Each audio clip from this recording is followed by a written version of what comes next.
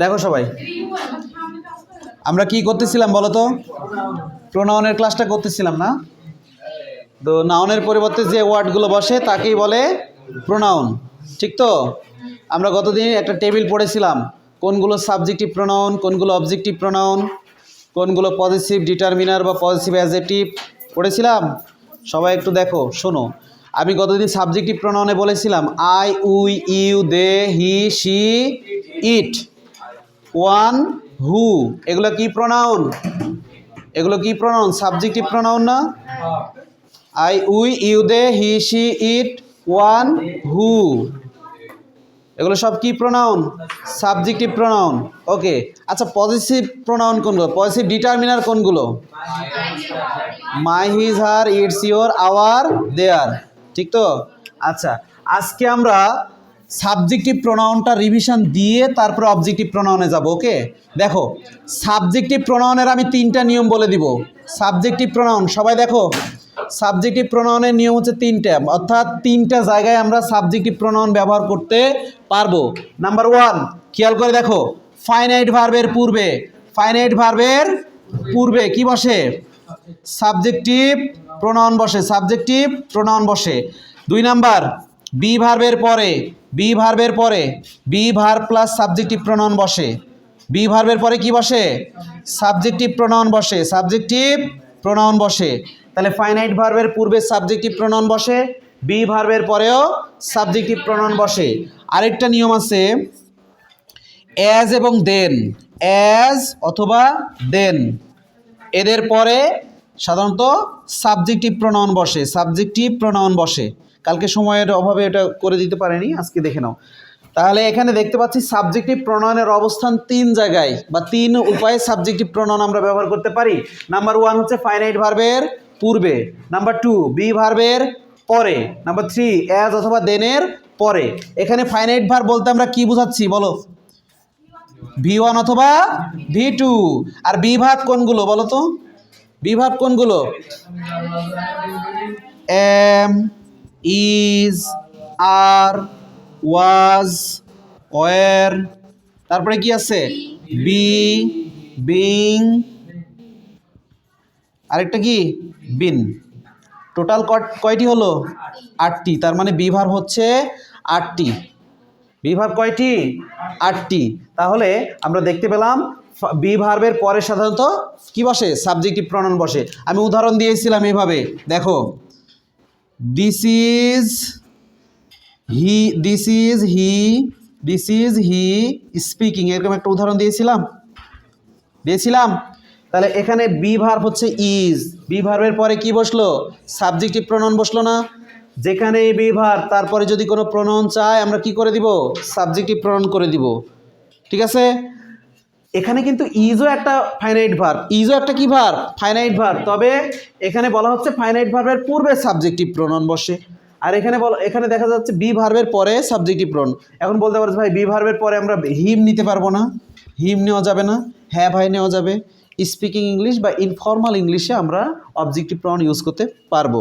তবে এমসিকিউ পরীক্ষাগুলোতে, বৃত্ত ভরাটের পরীক্ষাগুলোতে কি হয়? ওই বি ভার্বের পরে সবসময় সাবজেক্টিভ প্রোনাউনের অ্যান্সারই গ্রহণযোগ্য, ঠিক আছে? এটা হচ্ছে ফর্মাল, বি ভার্বের পরে সাবজেক্টিভ প্রোনাউন। এই ক্ষেত্রে আমাদের আরেকটা জিনিস দেখো, অ্যাজ এবং দেনের পরে সাবজেক্টিভ প্রোনাউন। আরেকটা দেখো, অ্যাজ এবং দেনের পরে কি প্রোনাউন বললাম? Subjective pronoun. দেখো একটা এক্সাম্পল দিয়ে বোঝানোর চেষ্টা করি। He is taller, he is taller দেন, এখানে মি অথবা আই কোনটা সঠিক বলো তো এই নিয়ম অনুসারে? আই সঠিক, তাই না? এখানে কি বলতেছি আমরা? আই বলতেছি। তাহলে দেনের পরে কি বসলো? সাবজেক্টিভ প্রোনাউন বসলো, ঠিক তো? এখন বিষয় হচ্ছে ভাই দেনের পরে অবজেক্টিভ প্রোনাউন বসতে পারে না? অবজেক্টিভ প্রোনাউন বসতে পারে, তবে এই ক্ষেত্রে একটু ব্যাখ্যা আছে যে দেন এর পরে যখন সাবজেক্টিভ প্রোনাউন বসে তখন দেনটা হয়ে যায় ক্লোজ মার্কার। কি হয়ে যায়? সাবঅর্ডিনেট ক্লোজের ক্লোজ মার্কার হয়ে যায়। বুঝতে পারিস? ক্লোজ মার্কার অর্থাৎ কনজাংশন হয়ে যায়। দেন তখন কি হয়ে যায়? আর দেনের পরে যদি আমি মি লিখতাম, দেনের পরে কি লিখতাম? যদি মি লিখতাম দেন তখন কনজাংশন না, দেন তখন প্রিপোজিশন হতো। দেন তখন কি হতো? প্রিপোজিশন হয়ে যায়। তাহলে দেনের পরে যদি আমরা অবজেক্টিভ প্রোনাউন বা অ্যাজ এর পরে যদি অবজেক্টিভ প্রোনাউন দেখি তাহলে বুঝবো এটা প্রিপোজিশন। অ্যাজ দেন কি হিসেবে কাজ করতেছে? প্রেপোজিশন হিসেবে কাজ করতেছে। কিন্তু এদের পরে যদি আমরা সাবজেক্টিভ প্রোনাউন দেখতে পাই বা সাবজেক্টিভ প্রোনাউন বসানোর প্রয়োজন হয়, তাহলে বুঝতে হবে এরা ক্লোজ মার্কার হিসেবে কাজ করতেছে বা কনজাংশন হিসেবে কাজ করতেছে। কনজাংশনের কাজ কি? একটা ক্লোজের সাথে আরেকটা ক্লোজকে যুক্ত করা। তাহলে আমরা যদি এখন বলো যে ভাই যদি অপশনে মি এবং আই বা অবজেক্ট সাবজেক্ট যদি দুটাই থাকে, তাহলে আমরা অ্যান্সার করব কোনটা? তাই না? বিতর্ক। তার সেই ক্ষেত্রে করব অবজেক্ট সাবজেক্ট যদি দুটাই থাকে, তাহলে তোমরা সাবজেক্টিভ প্রোনাউন অ্যান্সার করে দিবা। বুঝতে পারছি? তাহলে সাবজেক্টিভ প্রোনাউন কয় জায়গায় ব্যবহার করতে পারি? ফাইনাইট ভার্বের পূর্বে, ফাইনাইট ভার্বের পূর্বে, বি ভার্বের পরে, অ্যাজ দেনের পরে। ক্লিয়ার? এই 3 জায়গায় আমরা সাবজেক্টিভ প্রোনাউন ব্যবহার করতে পারি। কোনগুলো? I, we, you, they, he, she, it, one, who. ঠিক তো? ওকে, এটা নোট করে নিচ্ছ তোমরা? ওকে, নোট করো, সমস্যা নেই।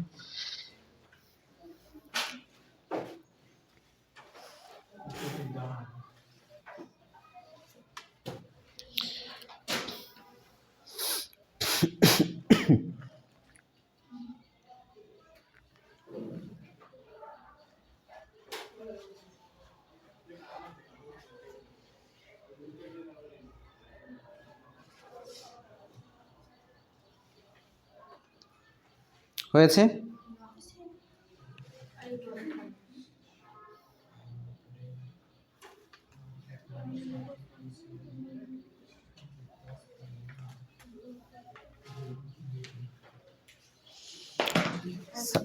সাবজেক্টিভ প্রোনাউন এখানে কি লিখে দেওয়ার দরকার ছিল?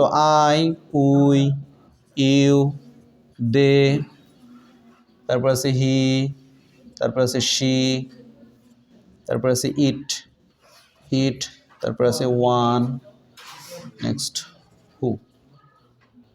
এগুলো হচ্ছে সাবজেক্টিভ প্রোনাউন।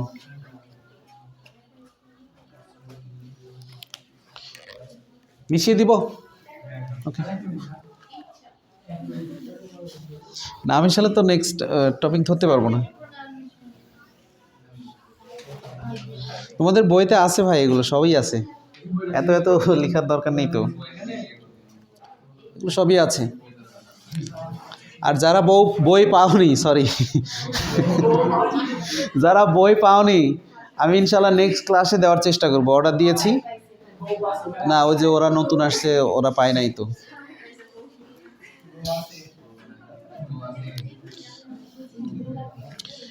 মিশিয়ে দিলাম। ওকে, দেখেন এবার শিখবো আমরা অবজেক্টিভ প্রোনাউন। এবার শিখবো অবজেক্টিভ প্রোনাউন। দেখেন অবজেক্টিভ প্রোনাউন কি? Objective pronoun, objective pronoun. দেখো আমার ক্লাসগুলোতে থিওরিটিক্যাল মানে যে সংজ্ঞাগুলো আছে, যে কোনো টপিকের যে সংজ্ঞা, অবজেক্টিভ প্রোনাউনের কিন্তু সংজ্ঞা আছে। আসলে আমি সংজ্ঞাকে কখনো প্রেফার করি না। আর সংজ্ঞা প্রেফার করে লাভ কি? এত এত সংজ্ঞা মুখস্থ করে লাভটা কি? আমরা যদি প্র্যাকটিক্যালি এটা ব্যবহার করতেই না পারি, তাহলে সংজ্ঞা মুখস্থ করে কোনো লাভ আছে? কখনো পরীক্ষায় বলবে না যে অবজেক্টিভ প্রোনাউন কাকে বলে, অবজেক্টিভ প্রোনাউন কোনগুলো, উদাহরণসহ লিখো। দেওয়া থাকলে 2 মার্ক। এরকম থাকে? থাকে না। এই জিনিসগুলো আমাদেরকে শেখার পরে অ্যাপ্লাই বেসটা তৈরি করতে হবে। কারণ যদি কোনো নিয়ম শেখার চাইতে বেশি গুরুত্বপূর্ণ হচ্ছে নিয়মটাকে অ্যাপ্লাই করা। এই যে সাবজেক্টিভ প্রোনাউনের যে 3টে নিয়ম বলে দিলাম, তুমি যদি সেন্টেন্স পড়ে এটাকে অ্যাপ্লাই করতে না পারো, তাহলে শিখে লাভটা কি? ঠিক না? এবার দেখো তো অবজেক্টিভ প্রোনাউনটা কি? অবজেক্টিভ প্রোনাউন কোনগুলো? যেমন আমরা একটু আগে জিজ্ঞেস করেছিলাম, আয়ের অবজেক্ট কি? মি। তারপরে উই এর অবজেক্ট কি? আস। তারপরে ইউ এর object you. You, just you, your না, ইউর তো পজিটিভ ডিটারমিনার, পজিটিভ ডিটারমিনার না। তাহলে মি, আস, ইউ। আর কি আছে বলো তো? হিম আছে না, হার, দেম, ইট। আর কি আছে? ওয়ান আছে, হোম আছে, হুয়ের অবজেক্ট হোম। তাহলে এগুলা কি প্রোনাউন ভাই? Objective pronoun. এগুলো হচ্ছে অবজেক্টিভ প্রোনাউন। এখন অবজেক্টিভ প্রোনাউনের আমি একসাথে সব নিয়মগুলো লিখে দিব, অল্প কথায় লিখে দিব, এইটা জাস্ট বুঝতে পারলেই হবে। দেখো এটা দ্বারা কি লিখছি, কি বুঝাইছি? ফাইনাইট ভার্ব বুঝাইনি? Finite verb, non finite verb, let এবং প্রিপোজিশন, লেট এবং প্রিপজিশনের ক্লাসে আমরা সমস্ত প্রিপজিশন দেখে আসছি। চিনতে অসুবিধা আছে কোনো? ডিসপাইট মানে কি বলো তো? সত্ত্বেও। বিটুইন মানে দুইজনের মধ্যে, ঠিক তো? আচ্ছা, তাহলে এখানে দেখো ভাই, ফাইনাইট ভার্বের গঠন কয়টি? V1 অথবা V2, V1 অথবা V2। এই তোমরা কি চিনো V1 V2 কি? V1 মানে হচ্ছে প্রেজেন্ট ফর্ম বা বেস ফর্ম, আর V2 মানে কি? Past form. তার মানে V1 অথবা V2 সবসময় কি? Finite verb. Non finite verb কোনগুলো বলো? গঠন কি? V3, 2 প্লাস V1 আর কি? V plus ING. লেট মানে কি বলো তো? অনুমতি নেওয়া, অনুমতি প্রস্তাবও বোঝায়।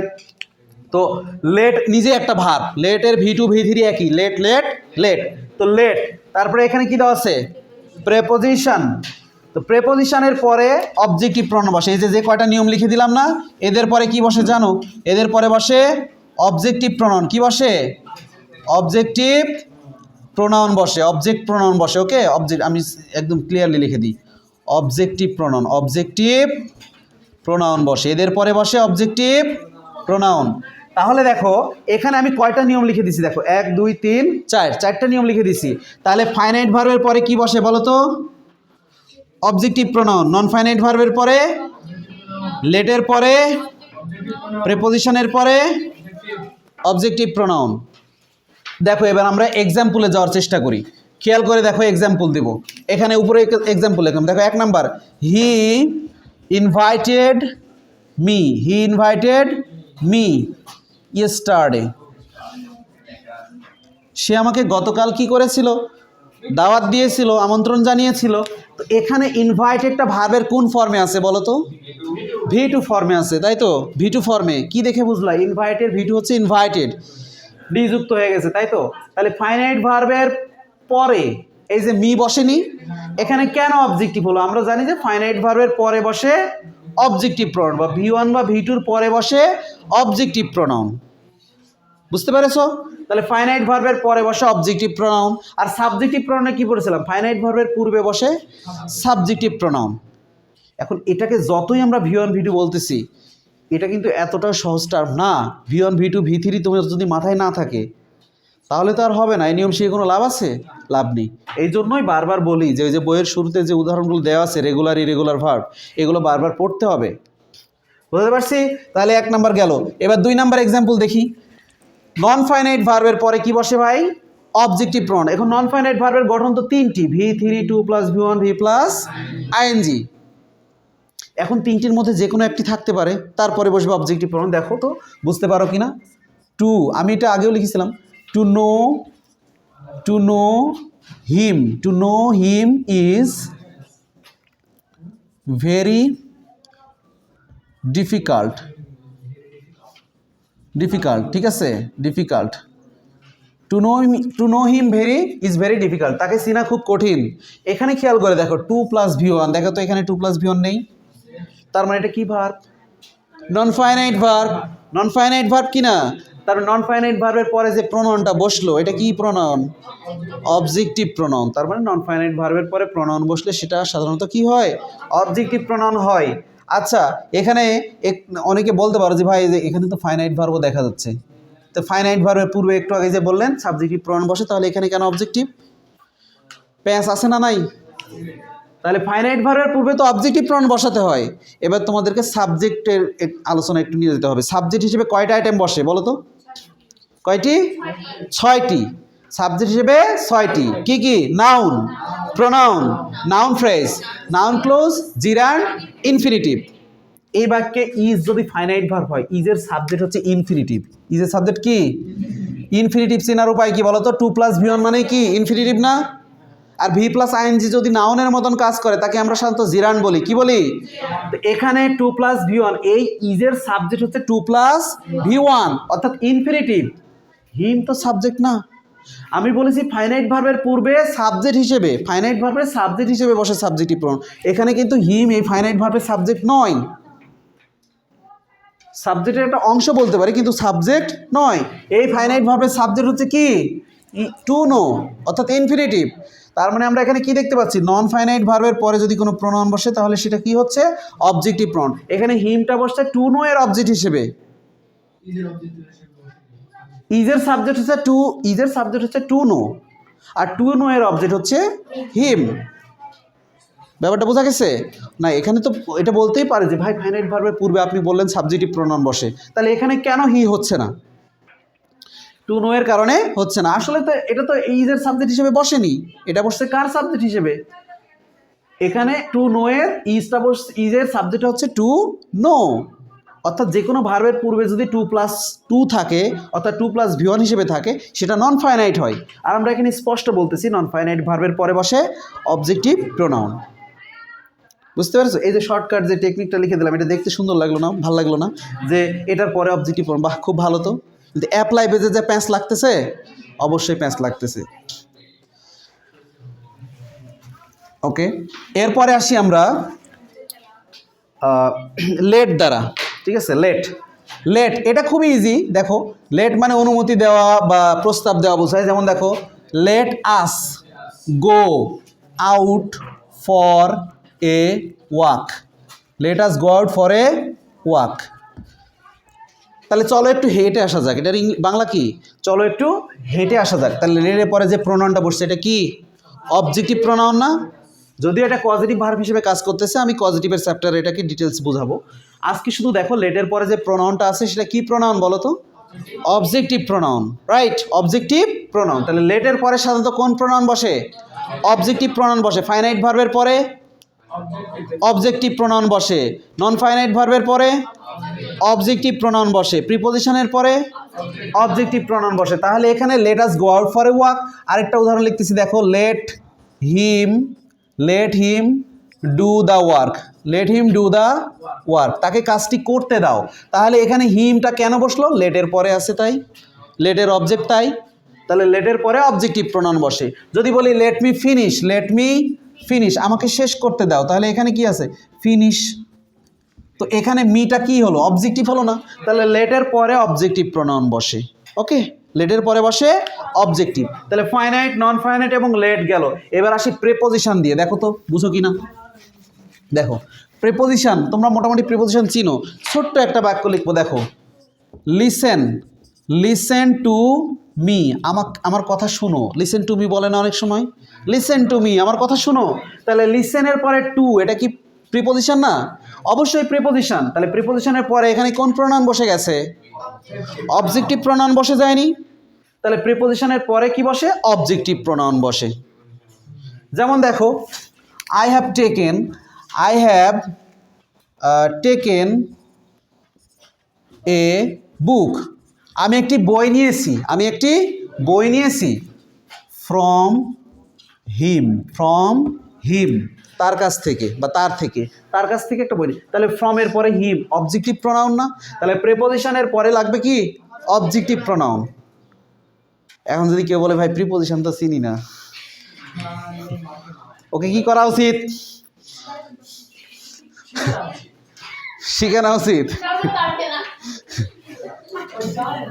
এই শীতের সময় পানির মধ্যে বসিয়ে রেখে শিখাতে হবে, দ্রুত শিখবে। ঠিক আছে? এই জন্য ভাই কোনো ক্লাস মিস দেওয়ার চিন্তাও করো না।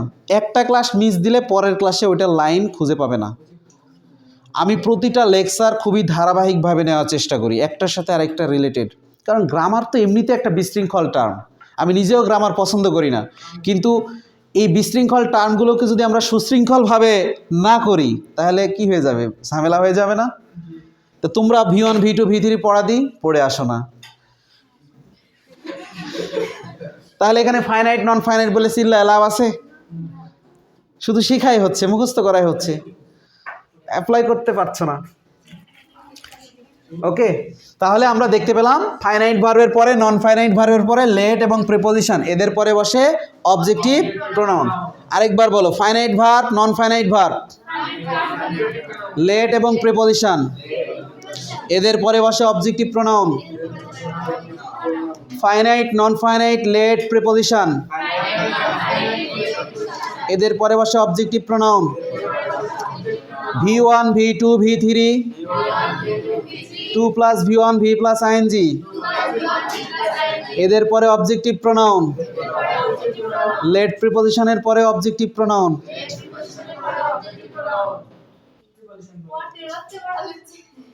এভাবে পড়াতে হবে, মনে ব্র্যাকের স্কুলের মতো করে পড়াতে হবে, প্রাইমারির মতো করে। তোমরা তো বাসায় পড়ার সময় পাও না, ফোন টিপো না, ফোন টিপতে অনেক সময় যায় না, একটু ব্যস্ততা কাজ করে। এই নোট করেছে এটা সবাই? ওকে, এইগুলো বইয়ের ওই রুলসের আশেপাশে লিখে রাখো। খাতায় নোট করে কি লাভ? খাতায় নোট করলে দুদিন পর কেজি ভাव বিক্রি করে দিবা। বইয়ে লিখে না, বইয়ে, আমার বইয়ে প্রচুর নোট করতে হবে।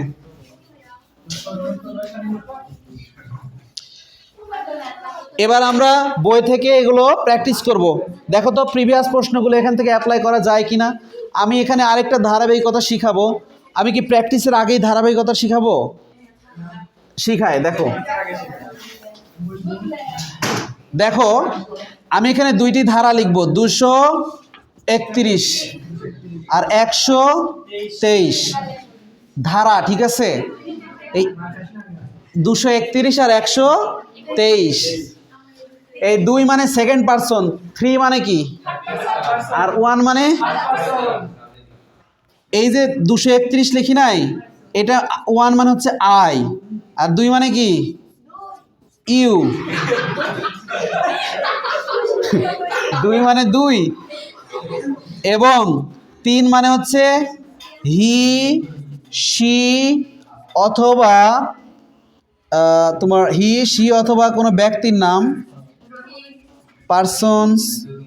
পারসনস নেম, ঠিক আছে? সিঙ্গুলার পারসনস নেম বোঝায়। ওকে, তাহলে এখানে খেয়াল করে দেখো 1 2 3, এটার সাথে দোষ বুঝালে, কি বুঝালে? দোষ বুঝালে, দোষ, ব্লেম বা গিলটি, একই অর্থ, একই অর্থ। এই যে বাংলা অর্থ লিখে দিয়েছি। দোষ, ব্লেম বা গিলটি বুঝালে অবশ্যই 123 নম্বর ধারা, অর্থাৎ কোনো সেন্টেন্সের সাবজেক্ট কিংবা অবজেক্ট হিসেবে যদি একাধিক personal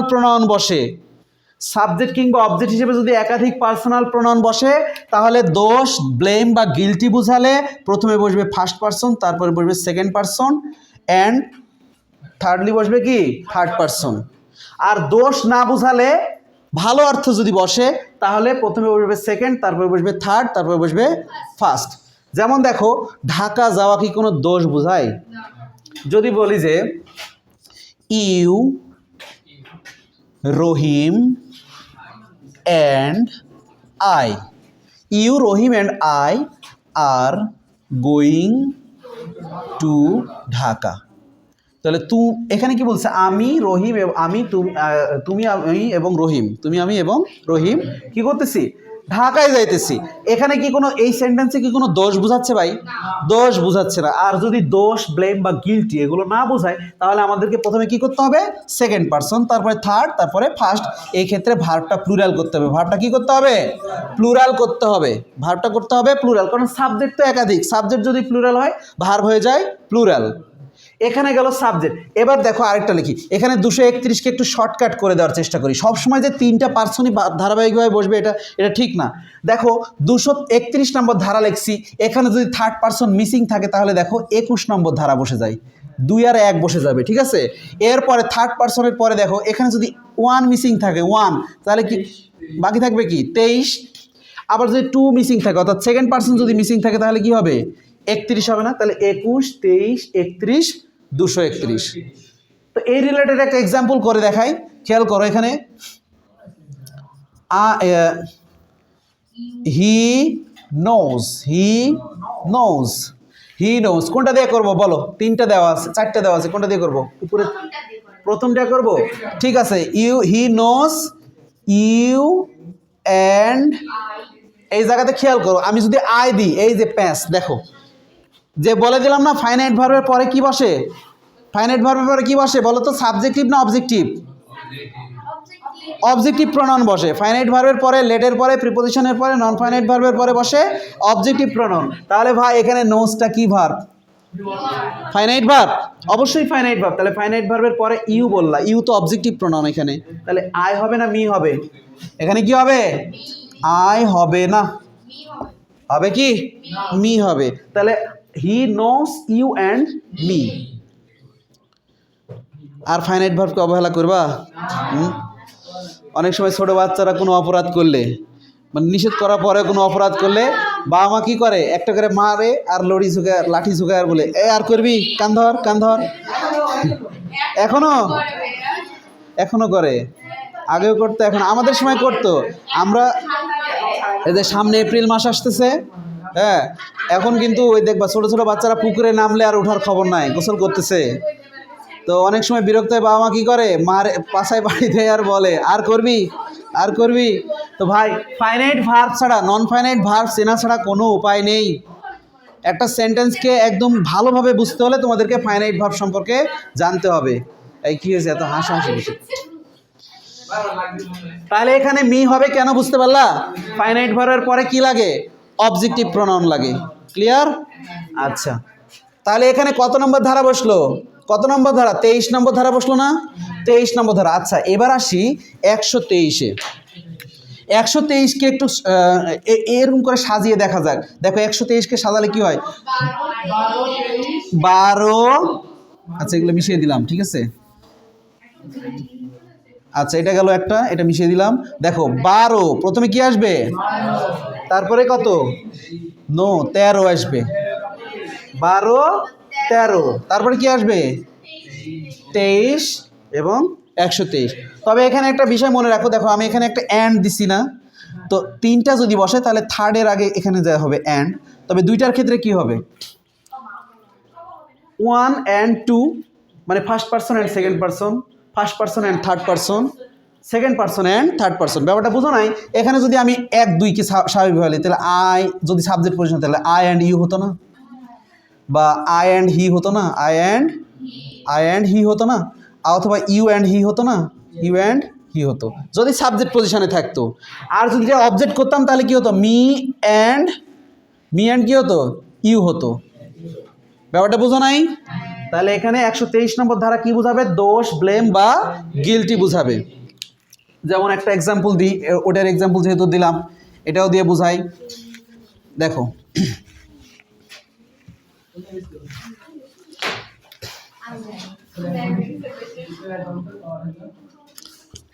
I, Rohim and you and Rohim are guilty, ঠিক আছে? গিলটি, ঠিক আছে, গিলটি। তাহলে এখানে দেখো এই যে ভার্বটা প্লুরাল আছে, গিলটি শব্দটা আছে 1, 2, 3। তাহলে 3টা ধারা ভার্ব হয়ে গেছে প্লুরাল, আর গিলটি শব্দটা তো আছেই। এখানে গিলটি না দিয়ে আমরা ব্লেম বলতে পারতাম, ব্লেমড। এই V3 করতে হবে, ব্লেমড। দোষ দেওয়া হয়েছে, অর্থাৎ তোমাকে রহিমকে এবং আমাকে কি করা হয়েছে? দোষ দেওয়া হয়েছে। তাহলে দোষ বুঝালে কি হবে? 123। আর ভালো অর্থে কত? 231। পরবর্তী যখন এটা জিজ্ঞেস করো মন চাবে 123 বলি, ভালোর জন্য 123 সিরিয়াল আছে, কিন্তু 123 বলা যাবে কার ক্ষেত্রে? দোষের ক্ষেত্রে, ব্লেম বা গিলটি বুঝালে, তাই তো। আর ভালো অর্থে কি হবে? 231। তাহলে আরেকবার রিকল করি, ফাইনাইট ভার্বের পরে, নন ফাইনাইট ভার্বের পরে, লেট এবং প্রিপোজিশনের পরে কি বসে? অবজেক্টিভ প্রনাউন বসে। এই ক্ষেত্রে যদি একাধিক প্রনাউন বসে, কত নম্বর ধারা? ভালো অর্থে, খারাপ অর্থে, ব্লেম বুঝালে, গিলটি বুঝালে, খালি 123 শিখালাম। 12, 13, ইয়েস।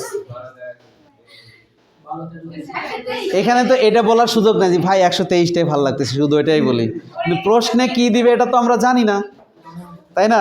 এবার দেখো তো, সবাই একটু প্র্যাকটিস করে দেখি। এতগুলা বই সামনে কেন? 3টা বই, তো এখন তো প্র্যাকটিস করাবো, সবাই নিয়ে নাও।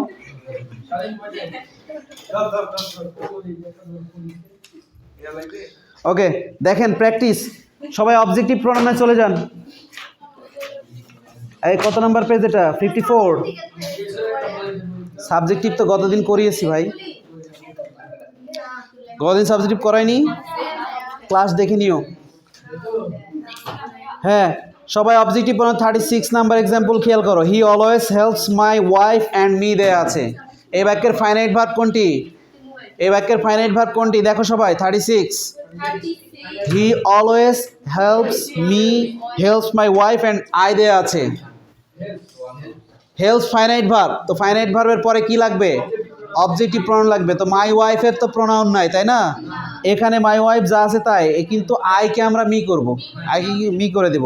এটা ব্যালেন্স টোফেল থেকে নেওয়া হয়েছে। 37 নাম্বার এক্সাম্পল দেখেন কি বলছে। The bus leaves, stayed and she দেওয়া আছে। ওই যে লিভস আছে না, এটা কিন্তু ফাইনাইট ভার্ব। ফাইনাইট ভার্বের টেড, এটা একটা ইংলিশ নেম। শি থেকে কী হবে? হার হবে। 38 নাম্বার এক্সাম্পল দেখেন। শাহিনা শর্ট, শয়েড, শ মানে দেখানো, এখানে শোর্ট আছে তাই না, শোর্ট আছে। তাহলে এখানে কি হবে? শয়েড এরপরে অবজেক্টিভ প্রনাউন হবে। কেন হবে? কারণ শয়েড একটা ভি টু ফর্ম। কি ফর্ম? V two form. এই ভাই তোমরা যে আসছো, যেহেতু পরে আসছো, তোমাদেরকে এগুলো দেখাতে হবে আলাদা করে। হ্যাঁ, ফাইনাইট নন ফাইনাইটের একটা লেকচারই আছে, ওই লেকচার আমি ডিটেলস আলোচনা করি। তোমাদের একটু বুঝতে সমস্যা হচ্ছে না? ভার্বগুলো চিনতে সমস্যা হচ্ছে, কিন্তু এদের কাছে এটা অতটা কঠিন হবে না। এরপর দেখো 39 নাম্বার এক্সাম্পল দেখো। ডিসাইডেড টু টেক আছে। Decided to, my uncle decided to take dash. এখানে টু টেক ফাইনাইট নাকি নন ফাইনাইট? টু এর পরে ভি1 আছে, তার মানে অবজেক্টিভ প্রনাউন লাগবে। 41 দেখেন। 41-এ কি বলছে? He is a liar, do you trust. এই ট্রাস্ট একটা ফাইনাইট ভার্ব না? ট্রাস্ট এখানে ভি1 ফর্ম না? ট্রাস্ট কি হবে? তাহলে ট্রাস্টের অবজেক্টিভ প্রনাউন লাগবে, তাই তো? এরপরে দেখেন তো পরেরটা কি বলছে।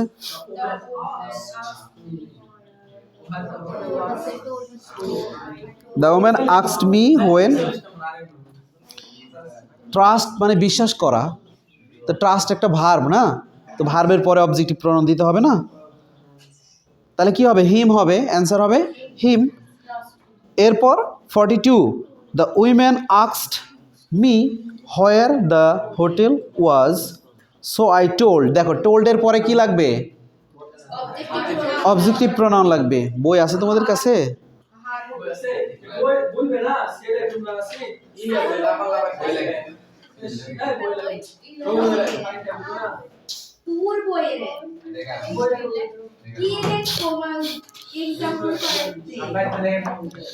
এবার দেখেন 44 নাম্বার এক্সাম্পল দেখেন। এই জায়গাতে রহিম কাইন্ডলি হেল্পড, কি আছে? Kindly helped. এই হেল্পটা ফাইনাইট ভার্ব। তো এখন ফাইনাইট ভার্ব এ নাম্বার অপশনে আছে ইউ, মি অ্যান্ড হিম দেওয়া আছে। তো হেল্প করা কি খারাপ, দোষ না ভালো? ভালো, কাইন্ডলি হেল্প করতেছে, তাই না? তাহলে এখানে ইউ কত number person? Second person. Me first person আর হিম কি থার্ড পার্সন। তাহলে 2, 1, 3, second person, first person, third person. 213 number ধারা বলে কোনো ধারা শিখেছি আমরা? হয় 123 হবে, না হলে 231, এরকম কিছু একটা হবে। তো বি নাম্বার অপশনে তাই দিয়ে দেখেন কি দিয়েছে, ইউ, হিম অ্যান্ড মি। মূলত এখানে হেল্পের কারণে অবজেক্টিভ প্রনাউন লাগবে, কিন্তু প্রনাউনের ধারাটা কি হবে? 231। অবজেক্টিভ প্রনাউনের ধারাবাহিকতা কি করতে হবে? 231 নাম্বার দিয়ে মেনটেন করতে হবে। তাহলে এখানে কি হবে? ইউ, হিম অ্যান্ড মি হবে না? You, him and me. তাহলে you second person, him third person আর মি ফার্স্ট পার্সন। 231, 2, 3, 1 মিলে গেল। এবার দেখেন সি নাম্বার অপশন কেন হবে না? আমরা কেন ওই অপশনগুলোকে বাদ দিব? বাদ দেওয়ার যৌক্তিকতা কি সবাই একটু খেয়াল করো। সি নাম্বারে বলছে মি, হিম অ্যান্ড ইউ, অর্থাৎ 1, 3, 2, 132। এরকম ধারা আছে? নাই, না থাকলে দিব না, হবে না। তুমি যদি এইভাবে মানে ধরো তুমি একটা পরীক্ষাতে অ্যাটেন্ড করছো, কম্পিটিটিভ পরীক্ষা, এই পরীক্ষায় তুমি যদি এইভাবে চিন্তা করো যে এই প্রশ্নটা আমার মনের মতো, এটা হওয়ার মতো লাগতেছে, বা এই ধারণা নিয়ে যদি পরীক্ষা দাও, ম্যাক্সিমাম প্রশ্ন ভুল হয়ে যাবে। তোমাকে এই সেন্সটা অর্জন করতে হবে, এই পর্যন্ত বেসিকটা স্ট্রং করতে হবে যে এই প্রশ্নের উত্তর বি নাম্বারই হবে, এ, সি, ডি হবে না। কেন? কারণ এখানে এই সমস্যা আছে। এ নাম্বার বাদ দেওয়ার কারণ আমি বললাম, এটাকে বলা হয় অপশন বাদ দেওয়া টেকনিক। 4টা অপশনের মধ্যে আমি কেন একটা অপশন সিলেক্ট করতেছি আর বাকিগুলো কেন করতেছি না, এটাকে বলা হয় অপশন বাদ দেওয়া টেকনিক। তো ওই অপশনগুলো বাদ দিতে হলে তোমাকে তো একটা একটা করে এক্সকিউজ দেখাতে হবে যে এই কারণে আমি বাদ দিলাম, বা একটা একটা করে ভুল ধরিয়ে দিতে হবে, তাই না? এই জন্য বেসিকগুলো স্ট্রং করতে হবে, এই রুলসগুলো এমনভাবে প্র্যাকটিস করতে হবে যেন দেখলেই পারা যায়। আর এমন নতুন নতুন জিনিস তো দেয় না। 100টা প্রশ্নের মধ্যে বা 80টা প্রশ্নের মধ্যে তোমাদের তো খুব বেশি প্রশ্ন, আর আমাদের তো মানে সব প্রশ্ন কমন পাওয়ার দরকার নাই। তুমি একটা ভার্সিটিতে চান্স পাওয়ার জন্য তোমার 65 থেকে 70% নাম্বারের মধ্যে থাকলে ভালো র্যাঙ্ক হয়, ঠিক আছে? 60 থেকে 70-র মধ্যে যদি নাম্বার থাকে তাহলে ভালো র্যাঙ্ক করা যায়, চান্স পাওয়া যায় আর কি, ঠিক না? ওটা 100-র মধ্যে বললাম, 100-র মধ্যে 60 থেকে 70 প্রশ্ন। মানে আমাদের সব প্রশ্ন পাওয়ার দরকার নাই, কমন পাওয়ার দরকার, কেউ পায়ও না এটা, কেউ পায়ও না এটা, ঠিক আছে? তো যাই হোক, তাহলে এটা আমরা শিখলাম কি অবজেক্টিভ প্রোনাউনের ব্যবহার। এরপরে আছে প্রিপোজিশন এবং লেটের ব্যবহার। দেখো প্রিপোজিশন এবং লেটের ব্যবহার দেখো সবাই 49 নাম্বার এক্সাম্পল দেখো, just between you and I দেয়া আছে, just between you and I. Between মানে কি? বিটুইন মানে দুইজনের মধ্যে, তাহলে প্রিপোজিশনের পরে লাগবে কি? অবজেক্টিভ প্রোনাউন না? তাহলে বিটুইনের পরে এখানে আয়ের পরিবর্তে মি হবে, কি হবে? তো বলো তো বিটুইনের পরে কত নম্বর ধারা মেনটেন করছে এখানে? টু অ্যান্ড মানে ইউ অ্যান্ড মি দিয়েছে না, 21, 21, 23, 31, 231, তার মানে এখানে 21 নম্বর ধারা মেনটেন করলো। ওকে, এরপরে 50 নাম্বার এক্সাম্পল দেখেন, অফ দিস কি আছে? অফ দোজ আছে, of those who generated with Beti and he দেওয়া আছে, হবে কি? হিম হবে, কারণ উইথ হলো কি? প্রিপোজিশন, প্রিপোজিশনের পরে কি বসবে? অবজেক্টিভ প্রোনাউন বসে। তুমি এটা ইয়ে করে দিলা কেন? এখানে তো প্রথম লাইনে ইনকারেক্ট, পরে কারেক্ট করে দিয়ে আন্ডারলাইন করা আছে, তুমি ওর এখানে তাও চিনতে পারবে না। আচ্ছা ভাই, এবার দেখেন ছোট্ট একটা এক্সাম্পল, কিন্তু নিয়ম পড়ছে 3টা। 53 নাম্বার এক্সাম্পল দেখেন, ছোট্ট একটা নিয়ম, ছোট্ট একটা এক্সাম্পল। 53 নাম্বার ভাই, 53 নাম্বার, তুমি 52 দেখছো কেন?